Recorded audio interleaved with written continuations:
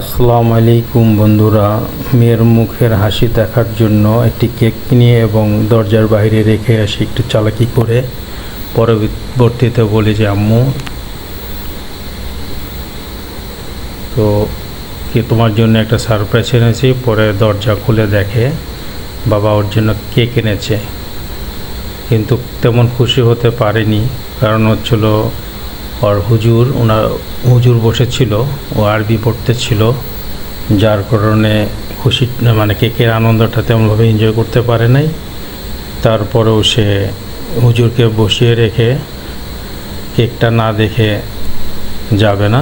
পরবর্তীতে কেকটি দেখে, খুলে আবার একটু মুখে দিয়েও দেখে কেমন মজা কিনা। হ্যাঁ, কেকের লোভ সামলাতে পারেনি।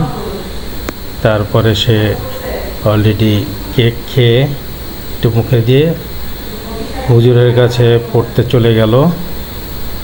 আর আমার মেয়ের খুশি দেখে আমার বুকটা পুরো ভরে গেল। তো মাঝে মধ্যে চেষ্টা করবেন বাচ্চাদেরকে এভাবে আনন্দ দেওয়ার জন্যে। দেখবেন যে মেয়ে খুশি তো আপনি খুশি, কারণ ওরা বাপের বাড়িতে যে সুখটা পাবে, আনন্দটা পাবে, সেটা পরবর্তীতে বিয়ের পরে নাও পেতে পারে। তো চেষ্টা করবেন মেয়েদেরকে যতটুকু পারেন আনন্দ দেওয়ার জন্য এবং ওদের খুশিতে খুশি থাকার চেষ্টা করবেন। দেখবেন অনেক ভালো লাগবে। আজকে এই পর্যন্ত। আসসালামু আলাইকুম।